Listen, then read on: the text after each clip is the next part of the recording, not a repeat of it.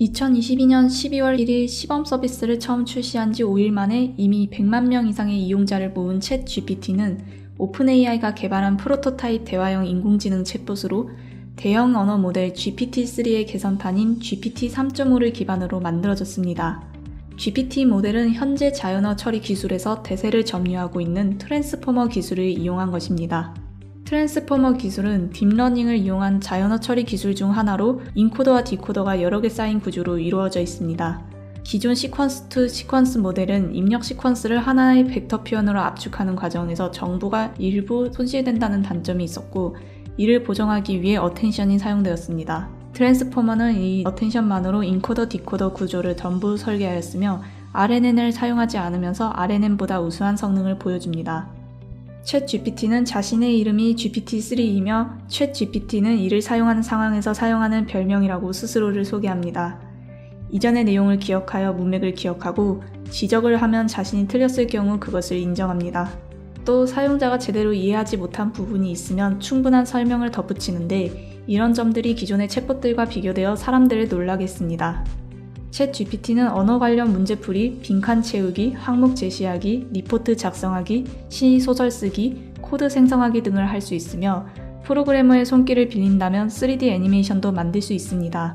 심지어 음악 코드를 직접 작성해주거나 프로그래밍 코드의 취약점을 탐색해주기도 하므로 여타 챗봇들보다 할 수 있는 일의 범위가 가히 넓습니다. 챗 GPT에게 프롬프트를 잘 입력해서 질문만 명확히 전달한다면 개발자들이 의도적으로 제한시킨 민감한 주제들을 제외하고 대부분의 질문에 AI라고 믿기 힘든 자연스러운 대답이 가능합니다.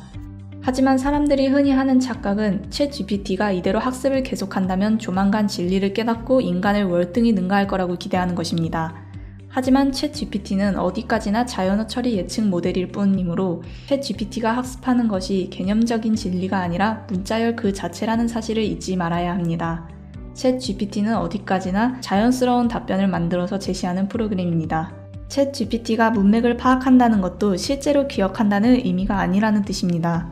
다음과 같이 냉장고에 코끼리를 넣는 법에 대해 물어보면 일반적인 사람들은 코끼리를 냉장고에 넣는다는 발상이 현실적으로 말이 안 된다는 것을 알기 때문에 다양하게 재치 있는 답을 내놓지만 챗 GPT의 경우 일반인들처럼 상식적으로 사고하는 과정이 없기에 문자 그대로 코끼리를 넣는 방법에 대해 서술하는 모습을 볼 수 있습니다.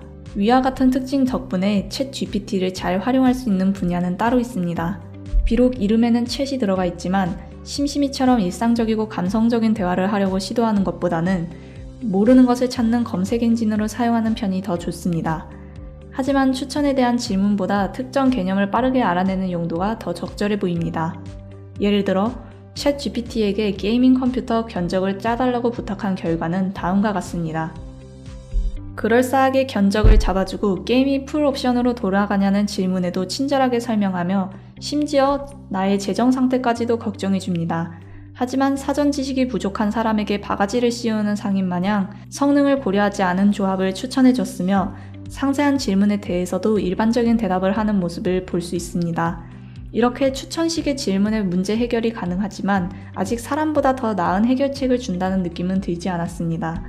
따라서 검색을 할 때 위와 같은 추천에 대한 질문보다는 명확하게 밝혀진 개념에 대한 것을 묻는 것이 좋습니다. 대화가 매끄럽지 않은 원인 중 하나는 언어입니다. 챗 GPT는 영어로 학습한 데이터가 압도적으로 많아서 가능하다면 영어로 질문하는 편이 더 좋습니다. 한국어 대화에 비해 에러를 띄우는 빈도도 확연히 낮고 출력 결과 또한 더 세련되게 작성되기 때문입니다.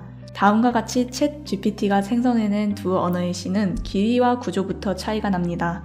한국어로 쓴 시에는 영 구분과 운율이 안 느껴지는 반면 영시는 5연 4행 구조에 아분이 잘 지켜지는 모습을 볼 수 있습니다. 정답이 어느 정도 정해져 있는 이야기 요약에서도 마찬가지로 언어의 차이가 심합니다. 영어로 백설공주 동화의 요약을 요청했을 땐 어느 서점 사이트의 줄거리 항목을 그대로 복사해봤는지 착각이 들 정도로 자연스럽게 맞는 내용의 줄거리를 소개합니다. 하지만 같은 내용을 한국어로 지시한 결과물은 같은 AI의 답변이라고 믿기 힘들 정도로 품질이 좋지 않았습니다. 이처럼 프롬프트에 입력하는 명령어를 어떤 언어를 얼마나 세련되게 사용하냐에 따라서도 결과가 달라지기 때문에 같은 질문에 대해서도 다양한 표현으로 시도해보는 것이 좋습니다. 그 외에도 챗 GPT의 강점을 살리기 위해서 번역용으로 사용해도 좋습니다. 기존의 타사 번역기들도 충분히 성능이 좋은 편이고 챗 GPT의 번역 성능이 최고라고 할 수도 없지만 챗 GPT는 문맥이 고려된다는 특징이 번역 작업에서 큰 강점이 되기 때문입니다. 현재 마이크로소프트는 챗 GPT 액세스 확대를 추진 중에 있으며 챗 GPT 기반 애저 오픈AI 서비스를 제공할 예정이라고 1월 16일에 공식 발표를 했습니다. 애저 오픈AI 서비스를 이용하고 있는 기업으로 무브웍스, 알자지라, KPMG 등이 있는데 각자 활용 방안을 인터뷰한 내용은 다음과 같습니다.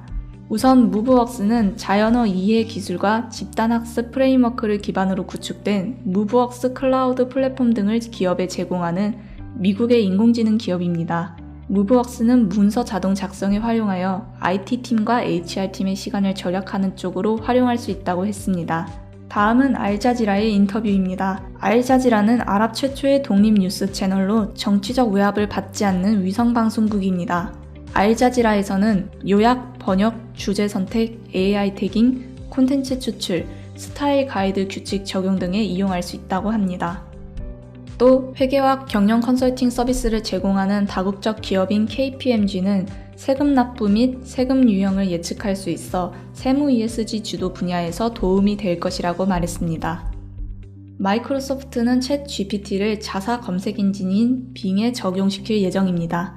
다만 현재의 챗 GPT는 1750억 개의 많은 매개 변수를 사용하여 성능은 높으나 속도가 느리고 가짜 데이터를 검증하는 것이 어려우며 2021년까지의 데이터들만을 학습하여 최신 데이터를 갖고 있지 않습니다. 그래서 아직까지 기존의 검색 엔진을 대체하기에는 한계점이 보이지만 이런 부분들이 보완된다면 어떻게 될까요? 사용자가 직접 검색해서 정보의 홍수 속에서 답을 찾아야 되는 기존의 검색 엔진들과 달리 챗 GPT가 적용된 빙은 궁금한 것을 물어보면 AI가 바로 원하는 답을 제시하므로 사용자들이 더 편리함을 느낄 것입니다. 그리고 이런 변화가 검색 분야의 새로운 패러다임이 되어 80% 이상의 압도적인 수치로 현 검색 사이트 점유율 1위에서 군림하고 있는 구글을 제칠지도 모릅니다.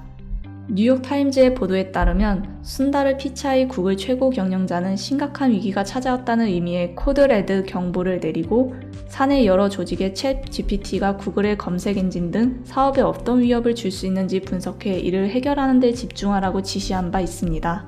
이미 변화는 시작되었다는 뜻입니다. GPT 3.5 기반의 챗 GPT도 큰 파란을 불러왔는데 이보다 더 발달된 GPT-4가 올해 공개될 것으로 예상됩니다. 과연 GPT-4는 우리를 얼마나 더 놀라게 할지 기대됩니다.